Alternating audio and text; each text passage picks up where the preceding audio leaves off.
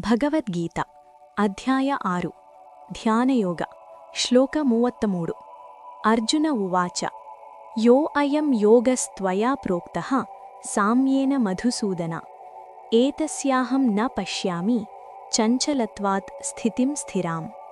ಕನ್ನಡ ಅನುವಾದ.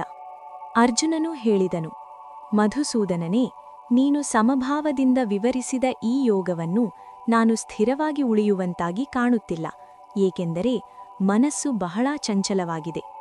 ಅರ್ಥ: ಈ ಶ್ಲೋಕದಲ್ಲಿ ಅರ್ಜುನನು ತನ್ನ ಮನಸ್ಸಿನ ನಿಜವಾದ ಸ್ಥಿತಿಯನ್ನು ಕೃಷ್ಣನ ಮುಂದೆ ಹೇಳುತ್ತಾನೆ.